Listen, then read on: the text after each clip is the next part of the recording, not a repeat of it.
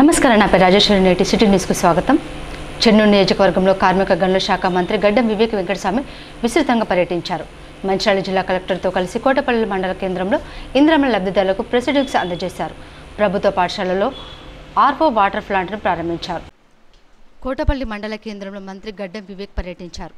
మంత్రి అయిన తర్వాత తొలిసారిగా మండల కేంద్రానికి వచ్చిన వివేక్ నాయకులు, కార్యకర్తలు ఆయనపై పూల వర్షం కురిపిస్తూ ఘనస్వాగతం పలికారు. ఈ సందర్భంగా ఆయన సివిల్ సప్లై గోదాంలో లబ్ధిదారులకు ఇందిరమ్మ ఇండ్ల పట్టాల పంపిణీ చేసి కోటపల్లి ప్రభుత్వ ఆసుపత్రిలో ఆర్ఓఆర్ వాటర్ ప్లాంట్ను జిల్లా కలెక్టర్ కుమార్ దీపక్తో కలిసి ప్రారంభించారు. ఈ సందర్భంగా మంత్రి వివేక్ వెంకటస్వామి మాట్లాడుతూ చెన్నూరు నియోజకవర్గంలో 500 కోట్ల రూపాయల నిధులతో అభివృద్ధి పనులు జరుగుతున్నాయని అన్నారు. తాను ఎమ్మెల్యేగా గెలుపొందిన తర్వాత మార్నింగ్ వాక్లో సమస్యలు తెలుసుకుని అన్ని పూర్తి చేస్తున్నట్లు చెప్పారు. కోటపల్లి మండలంలోని ప్రతి గ్రామంలో సీసీ రోడ్లు, డ్రైనేజీ నిర్మాణాలు పూర్తి చేయడం జరిగిందన్నారు. అర్హులైన ప్రతి ఒక్కరికి ఇందిరమ్మ ఇండ్లు ఇస్తామన్నారు. లబ్ధిదారులకు ప్రభుత్వం తరపున ఇందిరమ్మ ఇండ్లకు ఉచిత ఇసుక అందజేయడం జరుగుతుందన్నారు. ఎన్నికల సమయంలో ఇచ్చిన హామీల మేరకు అన్ని పథకాలను అమలు చేస్తున్నట్లు చెప్పారు. 9 రోజుల్లో 9,000 కోట్ల రూపాయల నిధులను రైతు భరోసా కింద రైతుల ఖాతాల్లో జమ చేసినట్లు తెలిపారు. మైనింగ్ శాఖ మంత్రిగా ఛార్జ్ తీసుకున్నప్పటి నుండి అక్రమ ఇసుక పైన ఉక్కుపాదం మోపడం జరిగిందన్నారు. చెన్నూరు నియోజకవర్గంలో ఎక్కడ కూడా ఇసుక మాఫియా లేకుండా చర్యలు తీసుకోవాలని ఆయన అధికారులను ఆదేశించారు. కావాలనే ప్రతిపక్ష నాయకులు ఇసుక అక్రమ రవాణా జరుగుతుందని దుష్ప్రచారం చేస్తున్నారని అన్నారు. ఇలాంటి ఫేక్ వార్తలతో ప్రభుత్వానికి చెడ్డ పేరు తీసుకువచ్చే వారిపై పోలీసులు ప్రత్యేక నిఘా పెట్టి చట్టపరమైన చర్యలు తీసుకోవాలన్నారు. ఈ కార్యక్రమంలో అధికారులు, మాజీ ప్రజాప్రతినిధులు, నాయకులు పాల్గొన్నారు.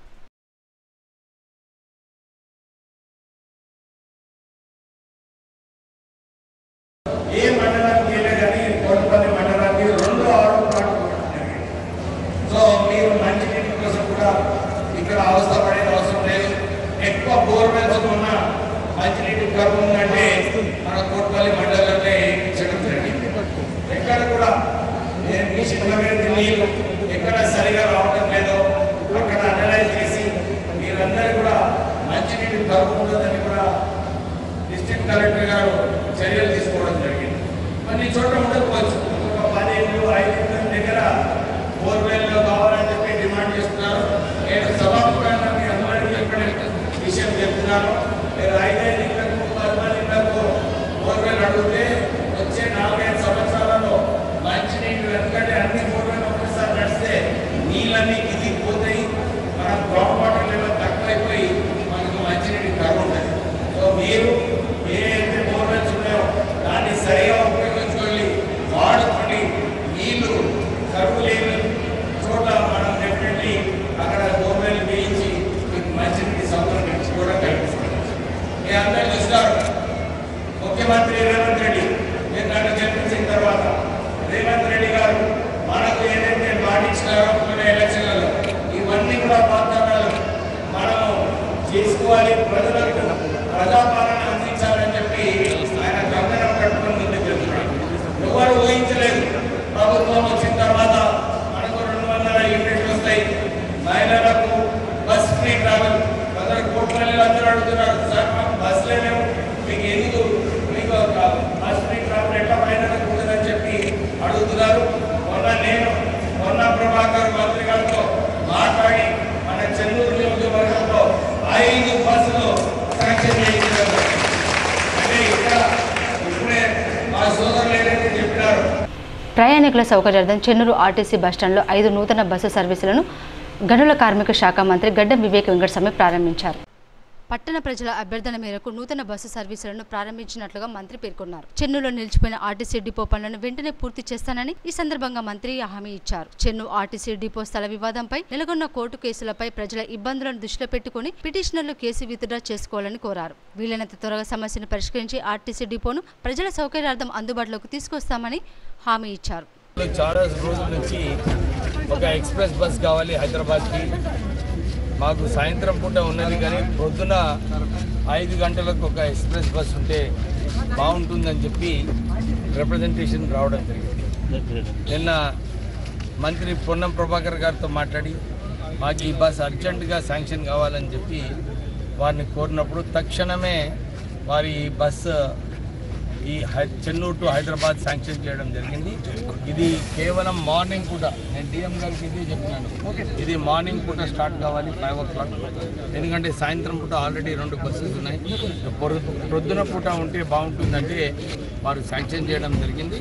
దీంతో పాటు చెన్నూరు నియోజకవర్గంలో నేను మొన్న డిఎం గారితో మాట్లాడినప్పుడు ఇదే చెప్పినాను, అన్ని గ్రామాలలో బస్సు రీచ్ కావాలి, ప్రజలకు ఉపయోగపడాలి అని చెప్పి వారిని కోరడం జరిగింది. దాని ప్రకారంగానే మన చెన్నూరుకి 4 బస్సులు, ఇంకా ఇది ఒక 1+4 5 బస్సెస్ కూడా శాంక్షన్ కావడం జరిగింది.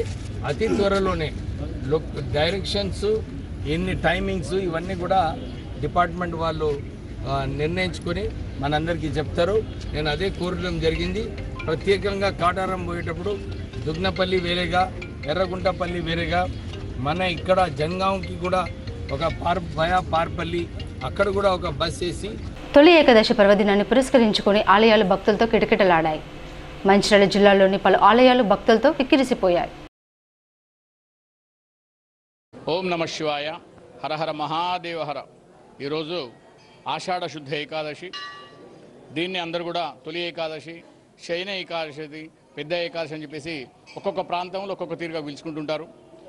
ఈ రోజు ప్రాశస్త్యం ఏమిటంటే, ఈ ఏకాదశి మొదలైనటువంటి పండగలు, పర్వదినాలు ఇక మొదలవుతూనే ఉంటాయి. దీని తర్వాత గురు పౌర్ణిమ, దాని తర్వాత శ్రావణ మాసం, దాని తర్వాత గణపతులు, తర్వాత బతుకమ్మ పండగలు, అమ్మవారి నవరాత్రులు, ఇలా మళ్ళీ శివరాత్రి దాకా ఒక తర్వాత పండుగలు వస్తూనే ఉంటాయి. అందుకే దీన్ని తొలి ఏకాదశిగా. దేశవ్యాప్త సమ్మెను విజయవంతం చేయాలని కోరుతూ సిఐటియు ఆధ్వర్యంలో రామకృష్ణాపూర్ నుండి మందమరి వరకు మోటార్ సైకిల్ ర్యాలీ నిర్వహించారు. సిద్దిపేట జిల్లా గజ్వేల్ పోలీస్ స్టేషన్లో ఏర్పాటు చేసిన మీడియా సమావేశంలో ఏసీపీ నరసింహులు మాట్లాడుతూ, ధర్మారెడ్డిపల్లి గ్రామంలో గత నెల 24వ తేదీన నల్ల సత్తవ అనే వృద్ధురాల్ని ఒక గుర్తు తెలియని వ్యక్తి అతి కిరాతకంగా హతమార్చి బంగారం గొలుసు దొంగలించుకెళ్లిన నిందితుడిని సీసీ కెమెరాల సాయంతో పట్టుకున్నామని నిందితుడు వెల్తుర్తి మండలం కోమటిపల్లి వాసి శివశంకర గుర్తించి అతని వద్ద నుండి బంగారం, చెవికమ్మ, హత్యకు ఉపయోగించిన కొడవల్ని స్వాధీనపరుచుకున్నామని తెలిపారు. 9వ తారీఖు రోజున దేశవ్యాప్త సమ్మె జరగబోతుంది. ఈ యొక్క సమ్మెలో పిఎంఎస్ తప్ప జాతీయ సంఘాలు, గిఫ్ట్ సంఘాలు, ప్రభుత్వ రంగ పరిశ్రమలు, అలాగే ఎలక్ట్రికల్ ఉద్యోగులు దేశవ్యాప్తంగా ఈ సమ్మె జరగబోతుంది. ఈ సమ్మెలో సింగరేణి కాలరీస్ ఎంప్లాయీస్ యూనియన్ తరఫున సింగరేణి కార్మికులకు విజ్ఞప్తి చేస్తున్నాం. ఈ 9వ తారీఖు దేశవ్యాప్త సమ్మెలో పెద్ద ఎత్తున పాల్గొని ఈ విజయవంతం చేయాలని సింగరేణి కార్మికులకు విజ్ఞప్తి చేస్తున్నాం. అదే కాదు, ఆ రోజు ప్రతి ఒక్కరు కూడా బాయిల మీదకి వెళ్లకుండా, మాస్టర్ పడకుండా ఏదైతే కార్మిక సంఘాలు పిలిపించాయో ఆ సంఘాలకు మద్దతు తెలుపుతూ సమ్మెను విజయవంతం చేయాలని జేఏసీ తరఫున కూడా కోరుతున్నాం. సిద్దిపేట జిల్లా ధర్మారెడ్డిపల్లి గ్రామంలో గత నెలలో జరిగిన మహిళా హత్య కేసును పోలీసులు ఛేదించారు. నిందితుడు శివశంకర్ను అరెస్టు చేసి రిమాండ్కు తరలించినట్లు ఏసీపీ నరసింహులు తెలిపారు. సిద్దిపేట జిల్లా గజ్వేల్ పోలీస్ స్టేషన్లో ఏర్పాటు చేసిన మీడియా సమావేశంలో ఏసీపీ నరసింహులు మాట్లాడుతూ, ధర్మారెడ్డిపల్లి గ్రామంలో గత నెల 24వ తేదీన నల్ల సత్తవ అనే వృద్ధురాల్ని ఒక గుర్తు తెలియని వ్యక్తి అతి కిరాతకంగా హతమార్చి బంగారం గొలుసు దొంగలించుకెళ్లిన నిందితుడిని సీసీ కెమెరాల సాయంతో పట్టుకున్నామని నిందితుడు వెల్తుర్తి మండలం కోమటిపల్లి వాసి శివశంకర గుర్తించి అతని వద్ద నుండి బంగారం, చెవికమ్మ, హత్యకు ఉపయోగించిన కొడవల్ని స్వాధీనపరుచుకున్నామని తెలిపారు. జరిగిన ఒక మహిళా హత్య కేసును ఈరోజు Gajwel PS SHO and DI వాళ్ళ సిబ్బంది చేయించడం జరిగింది. నిందితుడిని గుర్తించి ఐడెంటిఫై చేయడం జరిగింది, అరెస్ట్ చేయడం జరిగింది. కేసు యొక్క వివరాలు ఏమనగా, ధర్మారెడ్డిపల్లి గ్రామానికి చెందిన నల్ల సత్యవ వైఫ్ ఆఫ్ కృష్ణారెడ్డి అనే ఆమె దాదాపు 70 సంవత్సరాల వయసు ఉంటుంది. ఈమె అందాజా మధ్యాహ్నం సమయంలో 2 గంటల ప్రాంతంలో తన వ్యవసాయ పొలంలో గడ్డి కాల్చేద్దామని ఇంటి నుండి కొడవలి, అగ్గిపెట్టె తీసుకొని తన పొలానికి పోతుంది. అదే సమయంలో నేరస్తుడైనటువంటి పిచ్చిగారి శివశంకర్ ఇతనికి 36 ఇయర్స్ ఏజ్ ఉంటుంది. ఇతని స్వగ్రామము Komatipalli village of Veldurthi mandal, Medak district. కానీ ప్రస్తుతం చేగుంటలో నివాసం ఉంటున్నాడు. ఇతను మోటార్ సైకిల్ పైన చేగుంట నుంచి గజ్వేల్ వచ్చి మళ్ళా తిరుగు ప్రయాణంలో ధర్మారెడ్డిపల్లి గ్రామ సమీపంలో పోగానే అదే సమయంలో ఈ మహిళ కూడా రోడ్డు మీద వెళ్తూ ఉంది. మనకు అక్కడ రోడ్డు మీద ఫస్ట్ పోతున్న సీసీ ఫుటేజ్ కూడా మనకి కనిపిస్తుంది. మహిళ పోతున్నది ఒంటరిగా. ఈ ఒంటరి మహిళ గోల్డ్ చైన్ వేసుకున్నది ఇతను అబ్జర్వ్ చేసి ఆమెతో పాటు పొలం దగ్గరికి ఫాలో అయిపోయి ఆమె యొక్క మెడలో ఉన్నటువంటి గోల్డ్ చైన్ స్నాచ్ చేసే సమయంలో ఆమె రెసిస్ట్ చేస్తుంది. ఆమె రెసిస్ట్ చేయగానే ఆమె చేతిలో ఉన్నటువంటి గొడవలు తీసుకొని ఆమె మెడ పైన మరియు చేతి పైన దాడి చేసి నరికి ఆమెను హత్య చేయడం జరుగుతుంది. హత్య చేసి ఆమె మెడలోని వాటి పుస్తెల తాడు మరియు చెవి కమ్మలు తీసుకొని ఆ గొడవలు తీసుకొని కూడా మళ్ళీ అతను బైక్ పైన వెళ్ళిపోవడం జరిగింది.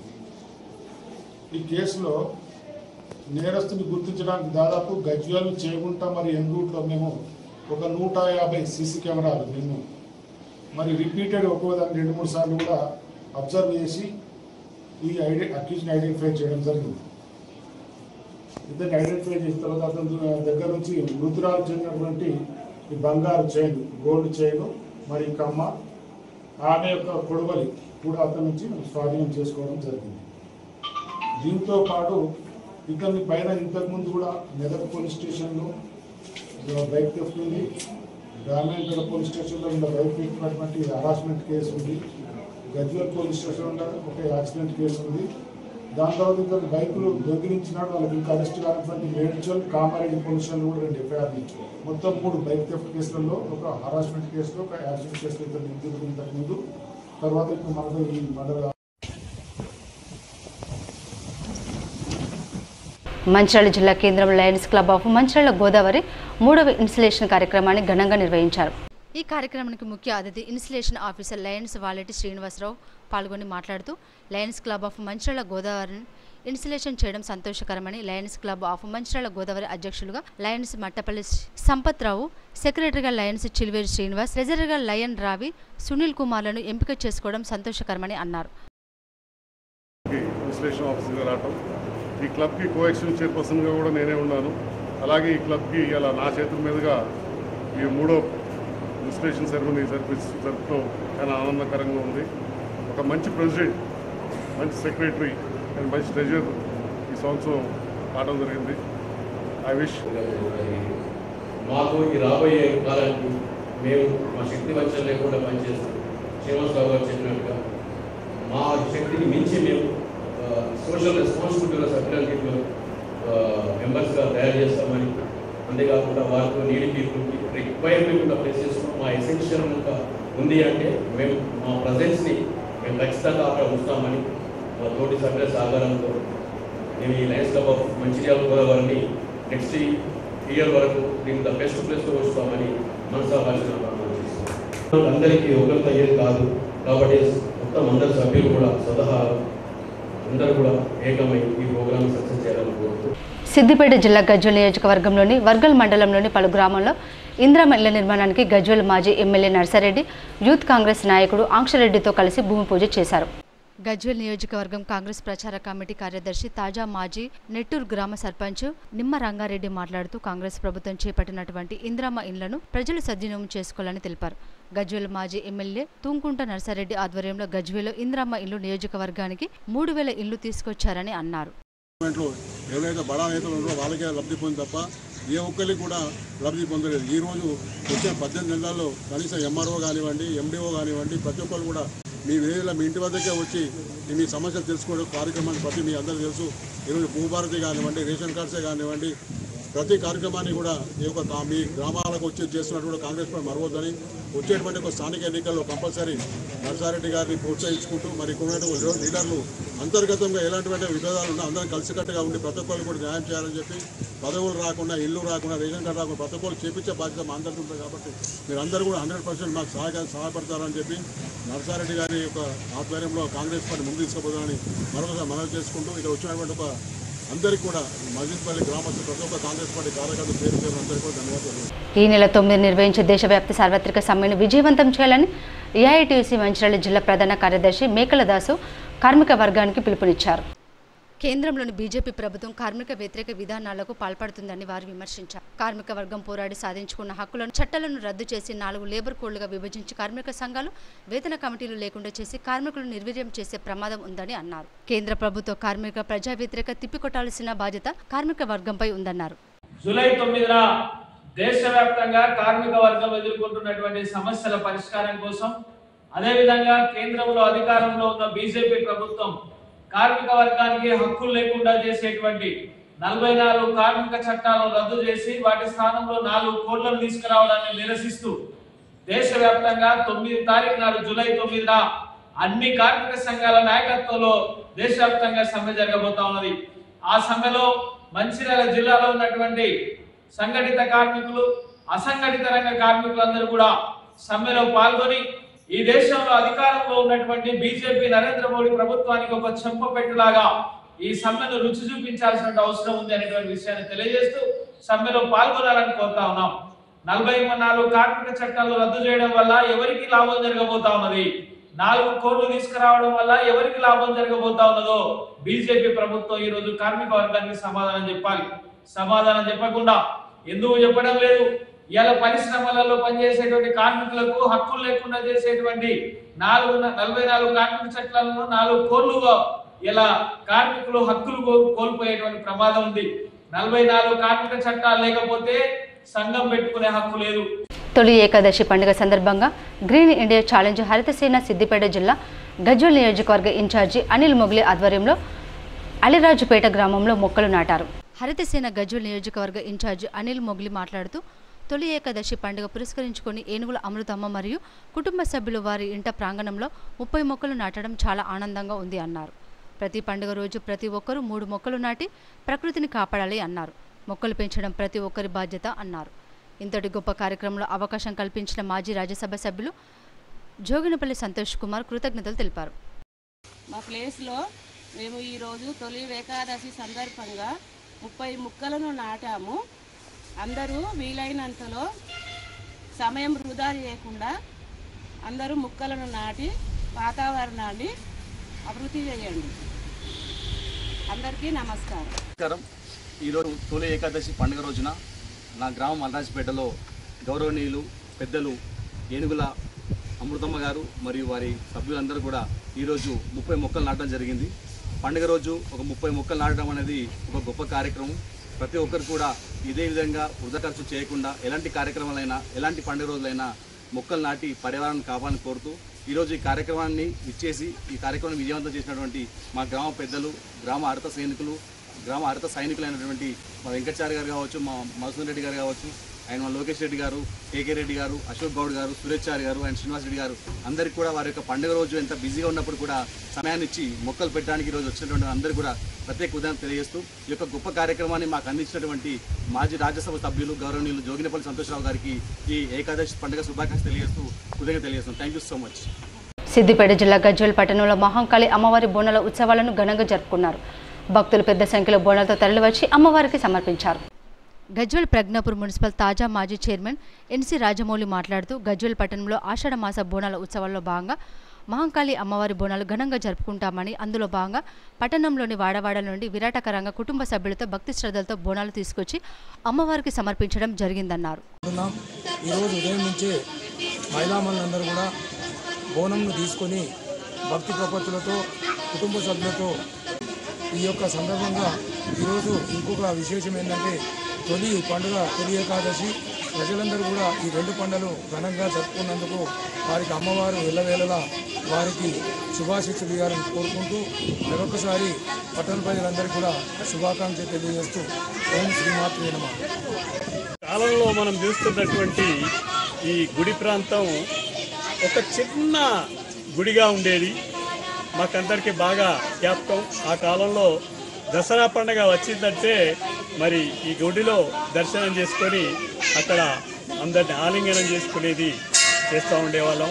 కాలానుగుణంగా మరి వస్తున్న మార్పుల్లో ఇక్కడ ఉన్నటువంటి ధర్మకర్తల మండలి ఇంతకుముందే మన మాజీ చైర్మన్ గారు రాజమౌళి గారు చెప్పినట్టుగా ఈ యొక్క అధ్యక్షులే కానీ వారి కార్యవర్గమే కానీ మిగతా అభివృద్ధి మండలి సభ్యులే కానీ అనేక కృషి జరిపి నేడు దేవాలయ అభివృద్ధి లోపల అనేకమైనటువంటి పురోభివృద్ధి మనకు కనిపిస్తూ ఉన్నది.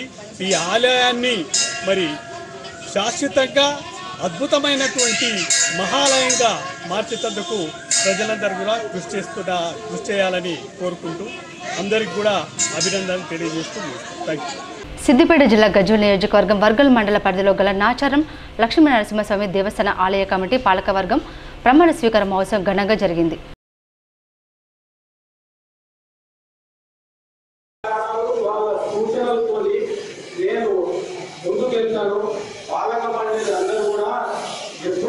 అందుబాటులో ఉండి మనం ఈ లక్ష్మీనరసింహస్వామి టెంపుల్ యాదగిరి అయిన తర్వాత మన పోయిన సీఎం దీన్ని వెనుకడిగేసి దీన్ని దృష్టి పెట్టకుండా ఏదో కోర్టులను ప్రకటించి దీన్ని ఇక్కడే వెనుకబడేసిండు.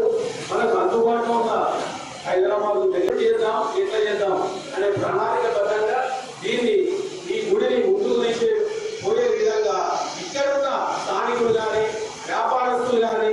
వ్యాపారస్తులు కూడా ఏంటంటే గుడికి భక్తులు వస్తేనే వ్యాపారం జరుగుతుంది, భక్తులను ఇబ్బంది పెడితే వ్యాపారం జరగదు.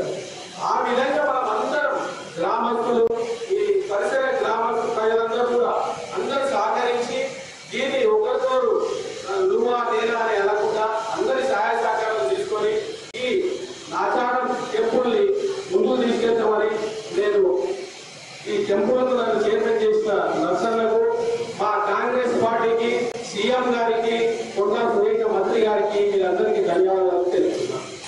లక్ష్మీనరసింహస్వామికి ఈ టెంపుల్కు నన్ను ఒక డైరెక్టర్గా ఎన్నుకోబడిన ఎమ్మెల్యే నర్సారెడ్డి గారికి చాలా చాలా ధన్యవాదాలు. అలాగే రేవంత్ రెడ్డి ముఖ్యమంత్రి గారికి వారికి కూడా ధన్యవాదాలు. నాకు ఈ పదవి ఇచ్చినందుకు ఈ సంవత్సరం లోపల అభివృద్ధి చేస్తానని నేను మాట ఇస్తున్నాను. దేవుడికి చాలా సేవ చేయాలని చేస్తాను. నేను ఎలాంటి పరిస్థితుల్లో నేను మానుకోను. ఇలాగే నర్సారెడ్డి గారికి అందరికీ ధన్యవాదాలు. నమస్తే. నియోజకవర్గంలో ప్రముఖ పుణ్యక్షేత్రమైన లక్ష్మీనరసింహస్వామి పాలకవర్గంలో అధ్యక్షుడిగా మా సూప్రాన్ మాస్టరుడు పల్లెల్లో రవీంద్ర గుప్తా గారికి, మా మిత్రుడు మా స్నేహితులైనటువంటి విజయాలు ఐశ్వర్యాలు ఆ లక్ష్మీనరసింహస్వామి ఎల్లవెల్లగా కల్పించాలని ఆ భగవంతుని ప్రార్థిస్తూ ఈ కార్యక్రమానికి ఇచ్చేసినటువంటి మా గంప సింగన్న గారికి, మా సిద్ధి భిక్షపదన్న గారికి, మా నవీన్ గారికి, మా రంగయ్య గారికి, మా సముద్రాల హరినాథ్ అన్న గారికి, ప్రతి ఒక్కరి గొంతుల సత్యనారాయణ గారికి, మా రుక్మయ్య మామ గారికి, మిగతా ఆర్యవైశ్య మిత్రులందరికీ ఈ కార్యక్రమాన్ని దిగ్విజయపరిచినందుకు ప్రత్యేకంగా మా ఆర్యవైశ్య సోదరులకు, మా కాంగ్రెస్ నాయకులకు ప్రతి ఒక్కరికి పేరు పేరున మా ఆర్యవైశ్య సంఘం తరఫున హృదయపూర్వకంగా ధన్యవాదాలు తెలియజేస్తున్నాం. నేటి సిటీ న్యూస్ ఇంత సమాప్తం. తిరిగి ప్రసారమై సిటీ న్యూస్లో మళ్ళీ కలుసుకుందాం. అంతవరకు సెలవు. నమస్కారం.